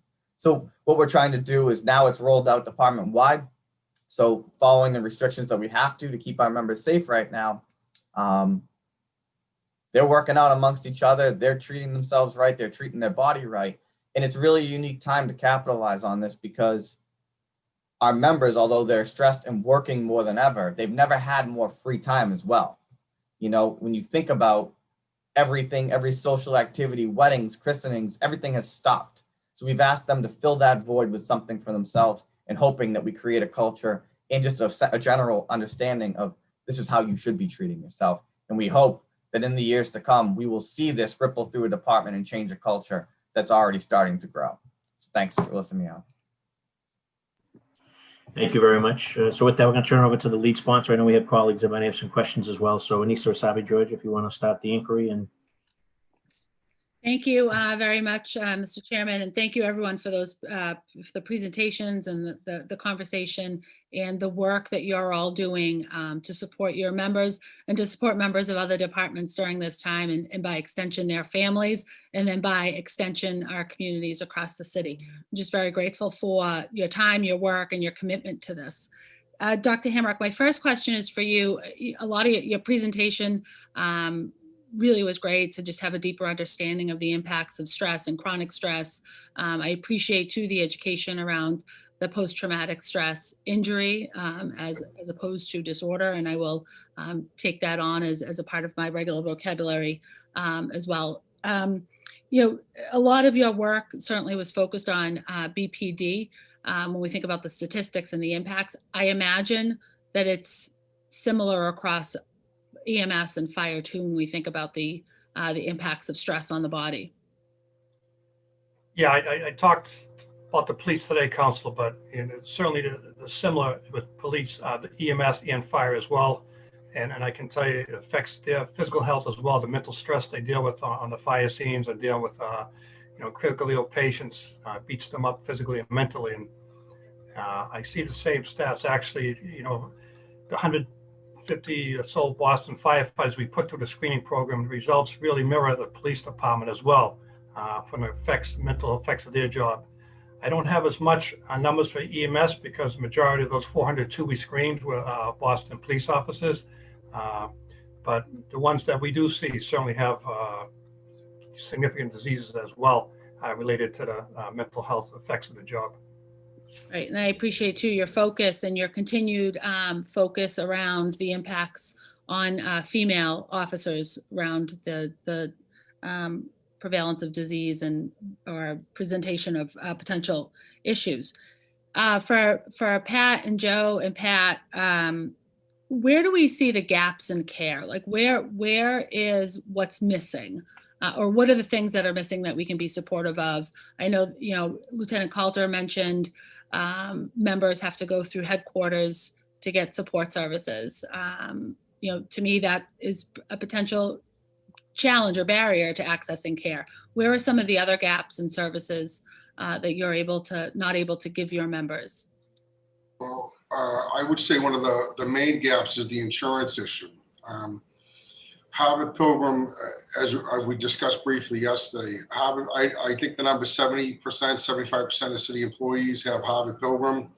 The mental health component of Harvard Pilgrim, the billing component is a hurdle. So a lot of clinicians that we did use before, they don't accept us fire people anymore just because the comment I would get was, Pat, I meet with someone for an hour and it takes me 3 hours to get paid.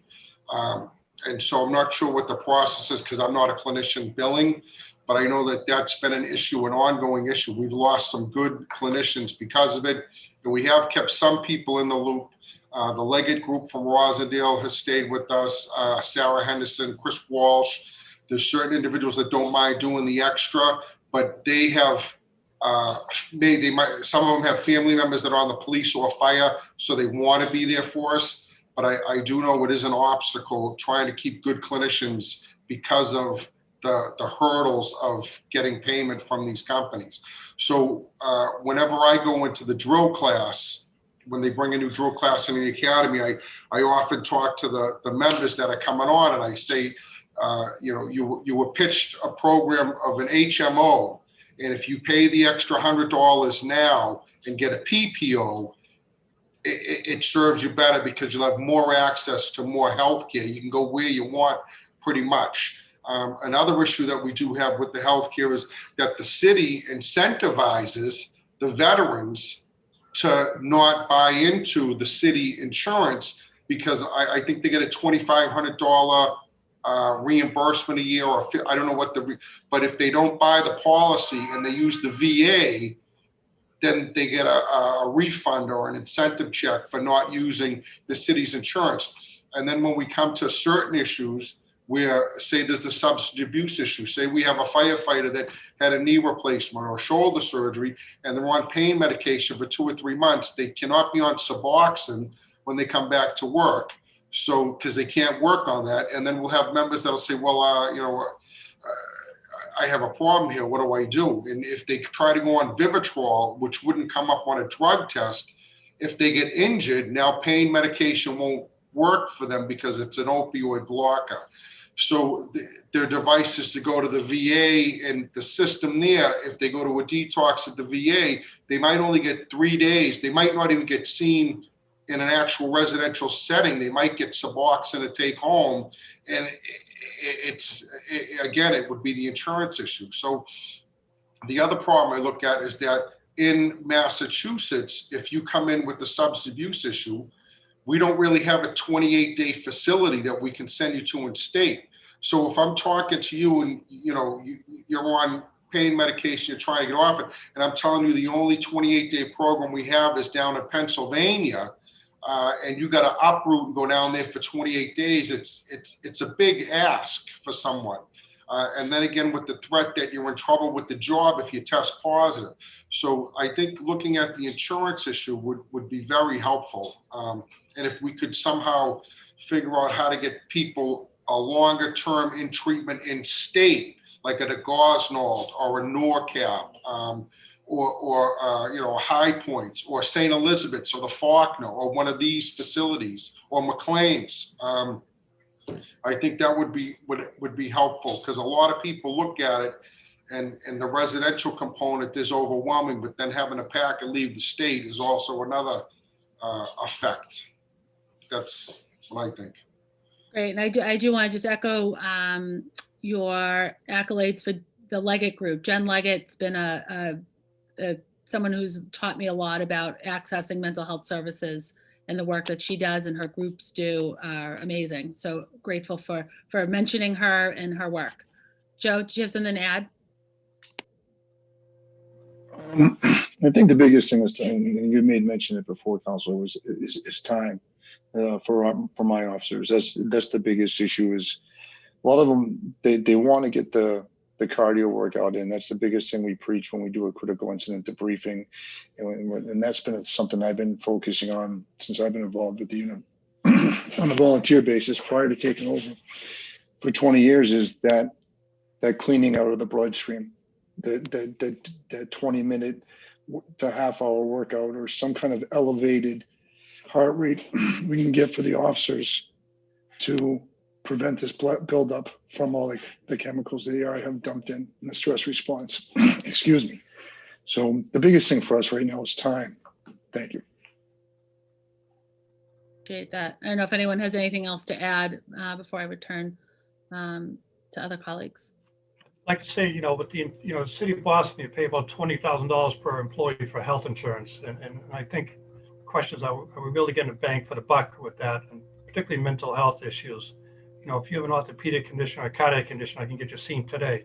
But if you have a mental health condition, the insurance takes several phone calls, may take a week or two to get an appointment that should be seen today. So I think we need to leverage insurance companies that the city of Boston's paying, saying, let's guarantee same-day visits as we do for other conditions, including diabetes and orthopedic conditions. I think it's going to take some leverage in that part, but we're spending a lot of money for these insurance plans, and are we really getting the money for what we're paying? I mean, unfortunately, I have some good connection at St. Elizabeth's where I can get someone seen by a counselor with a couple of different phone calls, but not everyone has that access. And I think we really need to look at that and really focus on insurance companies. Are you treating behavioral health issues as you're treating these other medical conditions that people have? Yeah, certainly there's no parity, although it's been legislated, there is no parity between mental health and physical health care. And Lieutenant Coulter, anything to add? I think access does remain an issue, especially since most of us are seeking specialized programs. So I think it really speaks to, enhancing the first responder, and this is a private sector thing, but certainly creating more spaces. Currently, for example, Leader, which we all use, I know the fire does at least, and that's 6 spots right now. That's 6 beds for men total. So they operate at a 2 to 3 week waiting list to get our members in. So insurance, I could say, and I think I would speak, City Hall has gone to bat to help us advocate for ourselves where we couldn't necessarily do it. But certainly just barriers when it comes to PPO and HMO. And I think that the city would have some leverage considering the amount of us that are on different plans, but certainly insured through the city. That is a glaring need, is just access. It shouldn't be, the hardest part shouldn't be getting in. The hardest part should be convincing someone to get in. Right. And if we able to get all of the legwork done to get someone to the point of clearly deciding they're going to seek treatment and then being stonewalled is disheartening in the least, or being told you got to wait 2 weeks. That's also a problem that both sides can feel the effects of. Thank you for that. Thank you, Mr. Chair.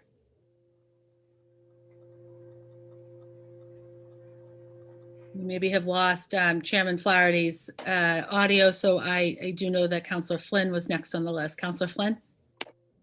Thank you, Councillor Asabi George, and again, thank you to the panelists for their tremendous work on these very difficult issues, and we really appreciate everything that you're doing.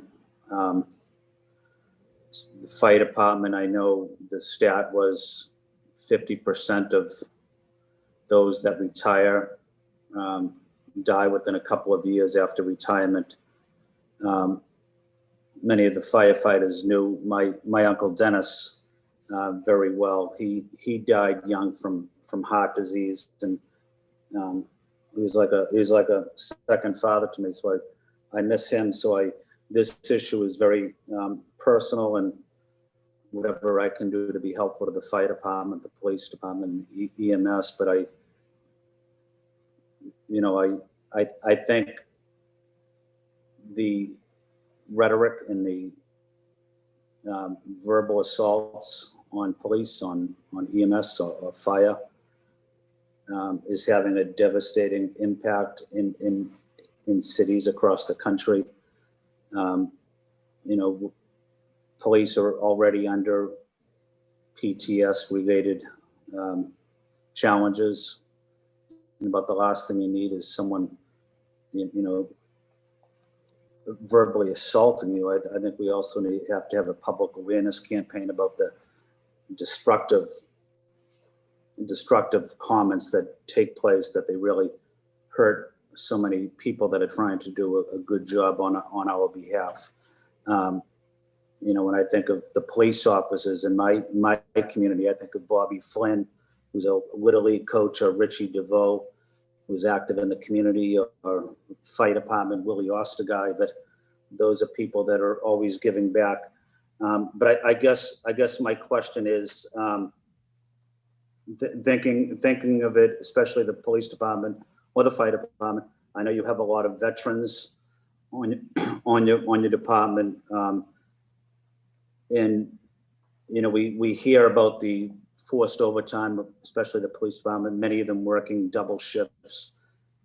When I finished my deployment, I had access to the VA hospital medical care. And I went frequently, and I still go to the VA.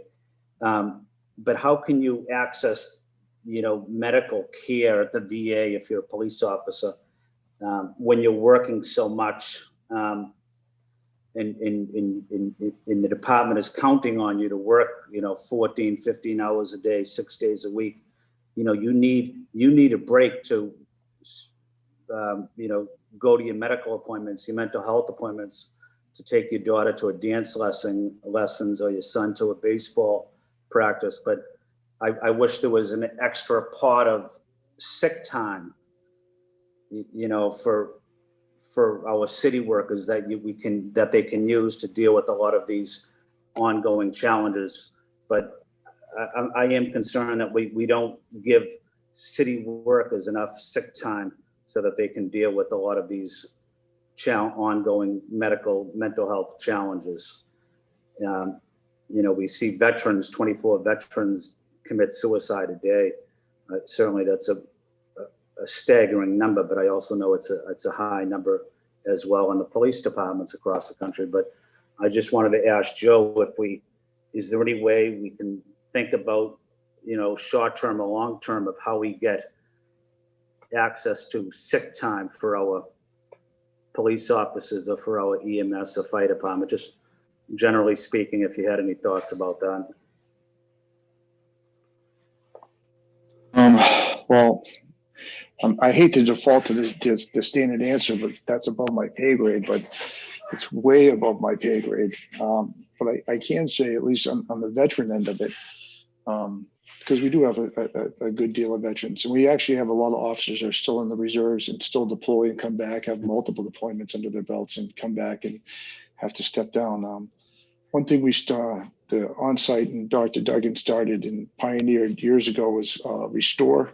It's a Restore weekend, and we send our officers who are veterans. He holds it about, and he does it pro bono. That one's for gratis. It's pro bono. It's not part of the contract we have with the city that he has with the city. And about every 6 weeks right now, we'll have a group of veterans up that are either fire, police, EMS, and they go through his Restore program. And I think it's important, especially for all branches, and not to, like I said, I can only speak for the police too. There is a big mindset change. You're coming off deployment, and now you're going back into the streets of the city, and you're armed again. It's it's a crazy downshift, if I could put it that way, or a crazy shift of gears of being deployed. And I can say for a fact that because of the riots and the protests, and a lot of these protests are more ad hominem personal attacks at officers standing in line and being directed at them and their families. And in language, to be honest with you, I've been on for 30 something years. I worked at the old Charles Street Jail, Nashua Street Jail, and I've been on the police department since '94. The threats being made and the statements being made to officers are at a level I've never heard, being directed at families. And for a lot of these officers are saying the level, and when they're not just being said, their personal space is being violated. These people are technically, not to sound silly, but social distancing. They're getting right up in the officers' faces, trying to provoke them to do something. And a lot of the veterans, officers who are veterans, have said, I feel like I'm back into a deployment. I'm not even sure which, for a minute there, I feel like I'm back overseas with the level of, there's a cruiser down the street burning, there's people screaming, it's just insanity. And that has been a big issue, on the veteran end of it. And so the big thing we've had is Restore with Dr. Duggan, which is huge. And we also, like I said, made some great inroads with Dr. Marika Solhan at the Boston Vet Center, and her and the community outreach person there, Clifford Coy, who is a vet at the Boston Vet Center, to expand my services to officers. It helps. To Pat Coulter's point, McLean is down to like half capacity for the leader program. So you think of fire, EMS, and Boston all sending personnel to the leader program that has 4 beds now, or 6 beds. It depends when I talk to them, when we have our people call. And they're not, and we obviously, we pioneered it, we got it going, which was great. Like everything from McLean, now it's wide open to everybody. The whole state's using it. So it's, so right now my biggest thing is, and it kind of speaks to the insurance too, because without having a PPO, where, my resources are limited. So a lot of times what I'm doing is, are you a veteran? Yeah, right now maybe I can farm you out, not to be prude. We can get some services through the vet center. We have our people through on-site. We're going to get you appointments with the doctor. We're going to get you appointments with the licensed social worker. We picked up extra hours through the grant, but just like, but part of the issues we're having getting outside help. Sometimes people just need different services that we can't necessarily get our hands on. One is the insurance, and 2, because of COVID, a lot of these docs, these psychs, these therapists just aren't taking any more patients. They're overwhelmed. So I hope that answered that the best I can. You know, I mean, as far as the sick bank thing goes, it's really like I can't say it enough, at least on the police end, because our schedule is different. There's time, you know, trying to have some built-in time in there to get stuff done. And lots of times when these officers have time, they go home. They want to, like you said, see their kids, go to games, do this. A lot of them are. I don't know how we all did it. You know, I coached my kids. Yep. I participated in a lot of things, and it gets back to the same old thing again. A lot of these officers will do for other people, but they're very, very hesitant to ask for themselves. And it's just part of the culture in which we try to overcome on a regular basis. And also with the police too, obviously there's issues with, if I come in, I ask for help. If I say X, Y, and Z, are they going to take my gun? Even if it's physical. If they say, hey, they might find out that I have a bad heart, or my lungs aren't working right, or whatever the case may be, I'm not going to that, because they find that out, that I'm sitting, I can't make any money, and because I don't have my gun. And it's, like I said before, I said at the meeting yesterday, the firearms is a tricky thing, because a lot of people look at it as a symbolic political hot button firearms, but for the police officers, it's just a tool of the trade. And I'm not saying it to be crude. It's an essential part of their equipment. It's an essential part of completing their missions. It's something that's almost never used. The stats bear it out. Probably 1%, 5 to 1% of officers ever discharge their weapon in the course of their careers. And that's, but the reality of the matter is, without it, they can't go out on the street. They can't do their jobs. They feel incomplete. And the reality is they bear a financial penalty. So that's kind of where we are. Thank you. Thank you, Joe. And you definitely answered my question, and I have no further questions. And just wanted to leave you with one final comment, if I may, is I had the opportunity to talk twice to police officers' spouses, just on a Zoom call, just listening to their concerns about family life. And it's very, very similar to a veteran coming back home and dealing with ongoing challenges. But the challenges police officers are facing and their families is very significant. I'm so glad that Councilor Sabi George and Councilor Flaherty have called this. It's probably the most important hearing I think I've attended in the city council in 3 years. So I want to say thank you to my colleagues for calling us, and I hope to focus on my hearing after the new year. And that would be basically a registry of any type of illnesses or issues, medical issues someone had during this critical time, in making sure that we try to document it, because I think these medical conditions are staying with the police, fire, and EMS, and having a significant negative impact on a family's life as well. So I want to say thank you to the panelists, say thank you to Councilor Sabi George, Councilor Flaherty, and no further questions. Thank you, Councilor Sabi George. Good. Thank you, Councilor Flynn, and Councilor Kenzie Bach is still with us if she has any questions of the panelists. Yes, thank you, Mr. Chairman. Okay. I really appreciate the presentations from all the services. And I have one comment and then a question. The comment and commitment really is that when I first got on the council at the beginning of the year, I think it was in January, that we had the hearing around the new PEC arrangement around insurance, right? We do those in these 5-year batches. And one of the things that the council heard at the time was that part of the negotiation was that the city was going to engage in some new plan structuring. And I think it sounds like it would make sense for us to check back and find out, because I think those plans, what we were voting on in January, had not yet gone into effect. And so I think it probably makes sense for us to figure out in what ways the new 5-year agreement is going to help with some of these issues we've heard about today vis-a-vis insurance. And then, to the extent that it's not going to help, we really need to put that front and center for the next negotiation, or think about whether there's a need for a supplementary one. So I just wanted to flag, as the Ways and Means Chair, so obviously a different committee than where we are today, that's something that we'll definitely follow up on, because I think it sounds like it's a concrete barrier for some of these things.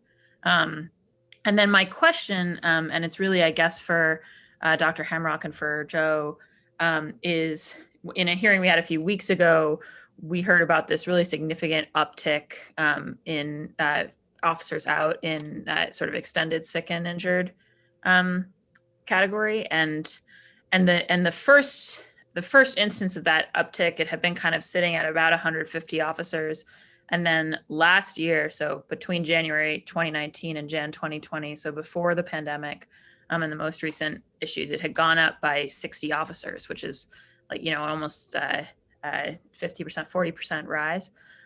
So I was wondering, it was really helpful for me, all the context that I heard today about the pressures of the job and the way that plays out in people's sort of body and mental health. But whenever I see something that dramatic changing, I obviously am asking to myself, like, what has changed and how can we reverse it?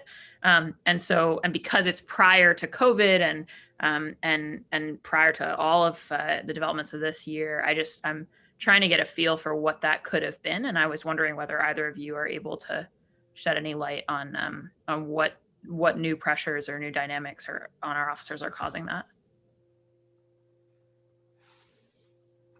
I mean, to me, it's possible just the cumulative effects of the job are finally catching up to these officers, and it's probably showing in some of the illnesses and injuries.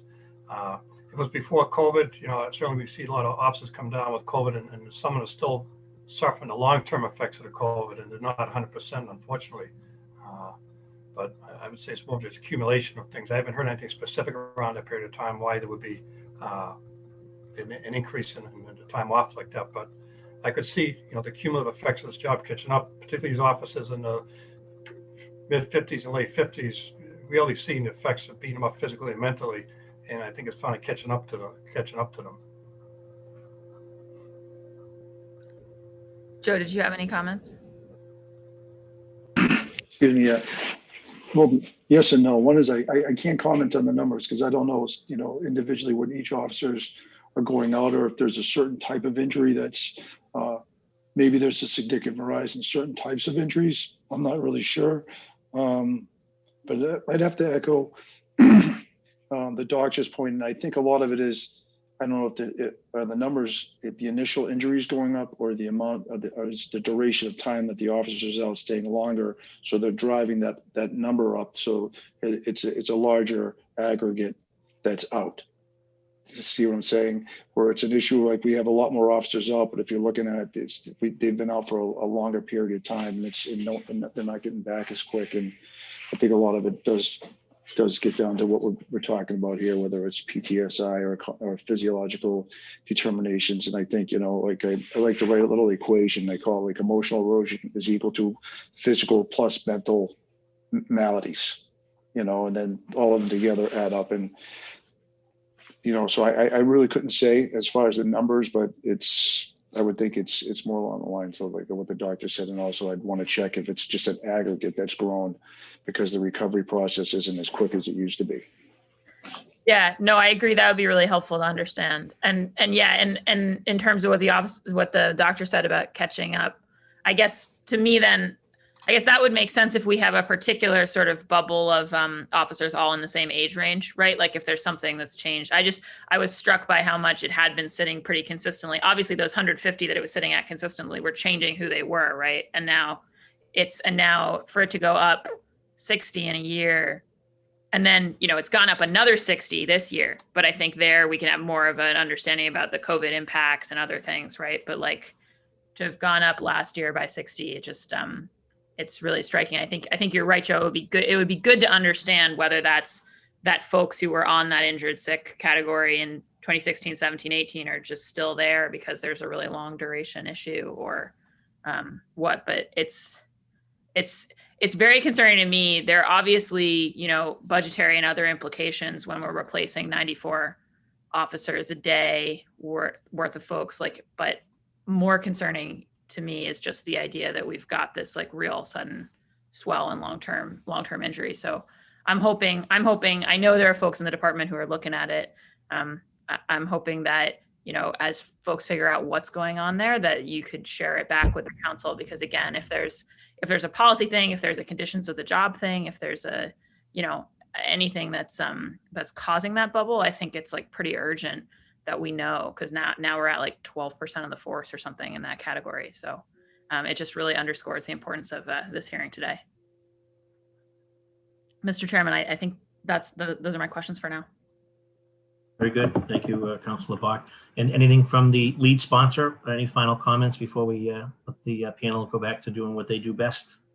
No, Protecting thank our you. city and protecting our members. That is right. Thank you, Mr. Chairman. And thank you, everyone, for this hearing today, and for, again, the level of conversation I think has been really in-depth and educational for all of us.